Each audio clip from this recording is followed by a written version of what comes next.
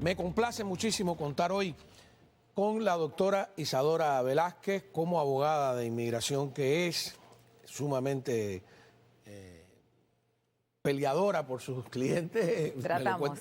Como no, de verdad, y tener una entrevista no política sobre el tema migratorio, que es su verdadera especialidad. Yo, el aire acondicionado está muy fuerte, tengo primero que tomar agua, voy a pedir agua por ahí si hay. Es un tema emotivo, así que te entiendo. Sí, ¿tú crees que fue que me emocioné? Sí, yo entiendo. Sí. Es posible, hay razones para... Vivimos de una emoción en otra, ¿no? Entonces, aquí las preguntas básicas que tenía yo en un inicio. Primero, ¿qué significa el anuncio de hoy? ¿Qué significa? Esto de que el parol ya recibió su estocada final y cuando hablamos de parol, ¿de qué hablamos?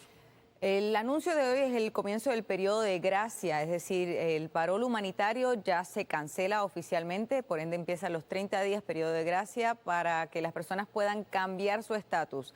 Oficialmente, después de abril 24, toda persona que todavía esté aquí con el parol humanitario que se le otorgó específicamente para Cuba, Haití, Venezuela y Nicaragua ya no está bajo dicho estatus. Hay que recordar que la administración Biden permitió la entrada a dichas personas técnicamente hasta diciembre. Personas que estaban aprobadas podían entrar hasta diciembre.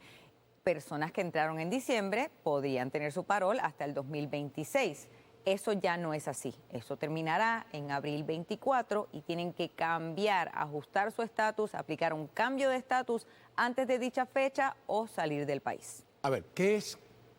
Bueno, periodo de gracia lo entiendo, pero ¿qué es cambiar su estatus? Aplicar otra visa. Visas hay desde la A hasta la B de vaca, literalmente, y están basadas... Disculpa, porque el que entró con un parol tiene una visa. Correcto, uno entró legalmente a los Estados Unidos y cuando uno entra legalmente a los Estados Unidos, como entró correctamente, puede aplicar a otra visa. Por ejemplo, puede aplicar una visa de estudiante. ¿Y la que tenían hasta ahora cuál es? Nada, parol. Tenía un parol. Es como si fuera una visa. Correcto, tenía una entrada legal, permitía su estatus legal dentro de los Estados Unidos por 2 años. ¿Y eso es fácil cambiar de estatus?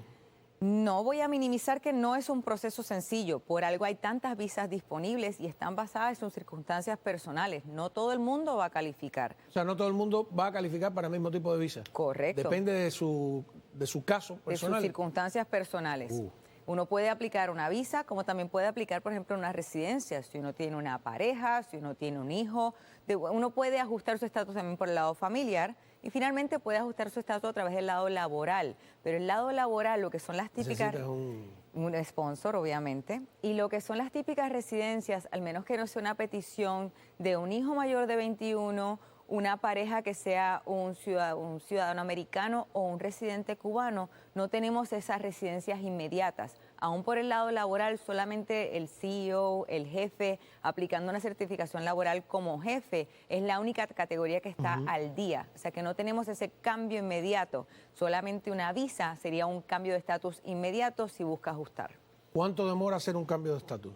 Lo importante aquí en sí es el aplicar, porque cuando uno está cambiando el estatus, por ejemplo, una visa de estudiante, uno puede argumentar que debido a que uno está cambiando, uno está legalmente en los Estados Unidos, en lo que dicho cambio se lleva a cabo. Por ende, aquí lo importante es para personas que buscan, por ejemplo, hacer un cambio de estatus, aunque no lo crea, a turista. Digamos que usted vino con su parol humanitario con el propósito de conocer mejor los Estados Unidos y había planificado ciertos viajes y ahora se ve con que le quedan viajes por hacer, ya gastó dinero, usted puede aplicar una visa de turista, un cambio de estatus a turista, de parol humanitario a turista dentro de los Estados Unidos. Después que tiene una visa de turista, aplicar a la residencia...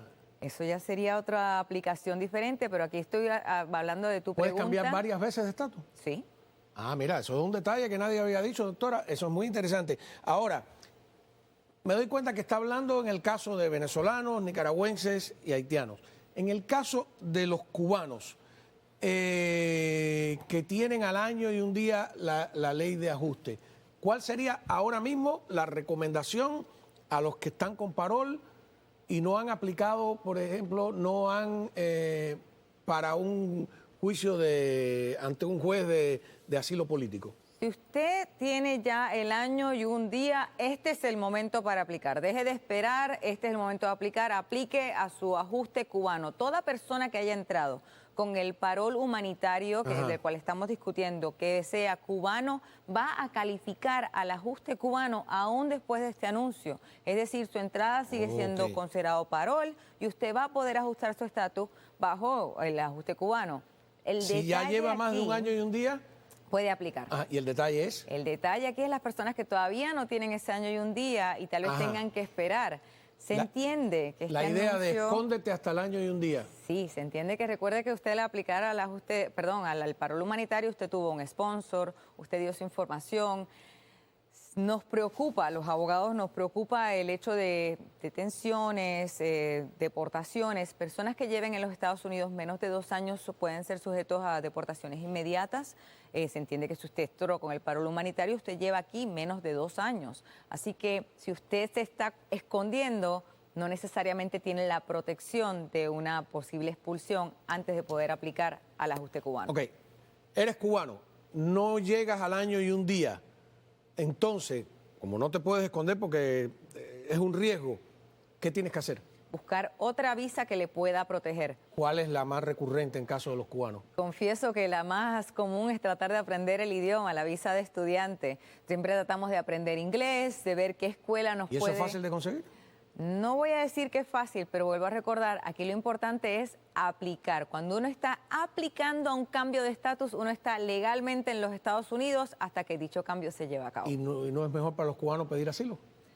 Usted puede pedir asilo, pero recuerde un detalle muy importante. Una aplicación frívola de asilo le va a cerrar puertas a futuro. Y el que usted pida un asilo solamente para comprar tiempo no quiere decir que en un futuro no le puedan cuestionar sobre dicha aplicación. Así que recuerde eso, usted aplicar el ajuste cubano no necesariamente elimina una aplicación de asilo. ¿Y un cubano puede pedir una visa de turista? Sí. ¿Sí? Técnicamente sí. Recuerde que las visas de turista las estamos otorgando. Me está trayendo temas absolutamente desconocidos, nuevos, nunca habíamos hablado de esas posibilidades. Claro, es que mucha gente no les... O sea, también recuerde que el parol humanitario tampoco no estaba disponible anteriormente, nunca habíamos vivido estos tiempos de que... ¿Y qué chance hay de que te den de verdad una visa de turista, de que te la nieguen? Personalmente, si hablamos de comprar tiempo, es mucho más recomendable, en mi opinión, comprar tiempo aplicando a una visa de turista y que de última se la nieguen, pero usted aplicó correctamente. ¿Y qué pasa si te la niegan? ¿Cuánto tiempo puede estar esperando por esa visa? Depende, puede ser un mes como pueden ser los 6 meses que duraría dicha visa. Puedes estar 6 meses y mientras espera por las visas de turista, ¿qué haces? Usted está aquí en estatus legal esperando por la misma. ¿Permiso de trabajo? Importante detalle. Una visa de turista no le da un permiso de trabajo, igual que una visa de estudiante no le da un permiso de trabajo. La visa a la cual usted aplique también le da los beneficios de la visa. Si la visa no le otorga un permiso de trabajo, el permiso de trabajo que usted tiene bajo el parol humanitario no continúa. ¿Qué pasa si te atrapan trabajando sin permiso de trabajo? ¿Te quitan todos los beneficios? Usted está violando las condiciones de su visa y usted técnicamente está violando la ley migratoria. Es como si el equivalente a usted estar en los Estados Unidos ilegalmente. Ok, entonces volvemos vamos a suponer que los cubanos que nos están viendo, nuestro público, cree que no tiene una petición frívola, que puede, primero yo, no ir a cualquier notario, sino acordarte exactamente de cuáles fueron las razones, porque después hay gente que ni se acuerda de qué fue lo que dijo. Muy importante, muy importante. Y al mismo tiempo que el gobierno ha anunciado eliminar el parol humanitario, también ha anunciado restricciones o reglas que aplican a los abogados de inmigración en cuestión de mantenerlos bajo la lupa, ser más estrictos con nosotros, de que no cometamos errores que sean con el propósito de prevenir deportaciones. Esto es mayor incentivo a las personas a que vayan a un abogado de inmigración porque es la única persona que les va a poder proteger de que no tengan consecuencias negativas a un futuro debido a que van de la mano el memorándum cerrando el parol humanitario y al mismo tiempo siendo estricto con los abogados de que no atrasen posibles deportaciones. Ok, vamos entonces a hacer varias preguntas cuando regresemos con la doctora. Número 1, este periodo de gracia, o sea, es una intención de arréglate. ¿Cómo te vas a arreglar según tus circunstancias? Ya vimos para venezolanos, nicaragüenses, cubanos, que podría ser distinto. Vamos a hablar de la petición de asilo, que no sea frívola y cuándo puede ser considerada frívola o no. Y quiero también hablar del parol para reunificación familiar, conocido como CRF. FRP, el nombre. Siglas en inglés, ¿Qué sí. va a pasar con esas personas que llegaron con un parol pero que tuvieron una reclamación familiar? No el parol genérico, ¿no? De la farmacia de Biden, me disculpa, ¿no? Para que se entienda nada más, no lo estoy tratando de politizar. Regresamos, estamos hablando con la doctora Isadora Velázquez, hoy en su condición de magnífica abogada de inmigración, sin política de por medio, ¿no? Completamente razonable o razonante. ¿Cómo se diría, no? Continuamos hablando con la doctora Isadora Velázquez, abogada de inmigración, en su condición de abogada de inmigración, que me consta que es muy buena y que lo explica claro, que es lo importante. No, mira, estas cosas totalmente nuevas, ¿no? De oportunidades que hay, de alternativas, es muy interesante, como que la visa de estudiante o la visa de turismo, etcétera, que son, a fin de cuentas, cuando se está el barco hundiendo, es un... Claro, el manotazo de ahogado. ¿De dónde agarrarse, no? Pero mi pregunta es, y estamos hablando de que hoy el parol humanitario ya murió, se recibió su estocada final, el de Biden. Hablábamos de la diferencia entre el caso de los cubanos, que todavía constan con esa otra oportunidad de la ley de ajuste, pero que hay que jugar con inteligencia, y el permiso de trabajo, que se quedan sin permiso de trabajo, todos se quedan sin permiso de trabajo. Técnicamente sí. Este parol humanitario, al igual que el TPS para Venezuela, ambos están en litigio en estos momentos en cortes inferiores. Ambos jueces que están escuchando los casos se han mostrado optimistas con tal vez poner un pare, un frene a que esto se elimine por completo, pero no han dado decisión. Al TPS en Venezuela la decisión la tienen que dar pronto, ya que el TPS de Venezuela se eliminaría en abril 2. Para el parol humanitario la próxima audiencia es en abril 7 y se espera que en dicho momento nos deje saber por lo menos la jueza si va a permitir que el parol se mantenga por los 2 años a las personas que así lo tienen. Pero de no ser así, el permiso de trabajo que uno recibe bajo la categoría C11, que es la categoría de este parol humanitario, terminaría aún si uno tiene la fecha de extensión por esos 2 años. Eso es bueno tener en consideración debido a que uno puede estar usando ese parol, ¿no? Pero no lo es correcto. Esa es la jueza que está ahora evaluando si se puede mantener el parol. ¿Se quedan sin licencia de conducir también? Hay que recordar que cada estado tiene sus propias reglas para la cuestión de la licencia de conducir. Acá en la Florida, la licencia de conducir está atada a su estatus migratorio. Así que lo que asumimos que podría llegar a pasar acá en la Florida es que debido a que nuestro gobernador y las entidades locales le han permitido a la policía el preguntar en algunos lugares sobre su estatus migratorio, uno podría ser cuestionado sobre su estatus migratorio aún con una licencia válida. Ok, volvemos. El parol de reunificación familiar. Cuando hablamos del parol de reunificación familiar, hablamos, por ejemplo, reclamaciones de hermanos que generalmente duran 12 o 15 años. En el caso de los cubanos, pudieron venir en una menor cantidad de tiempo sustancial, ¿no? Correcto. A veces de 1, 2 o 3 años, cuando más. Por lo tanto, en el fondo están casi igual que el otro parol.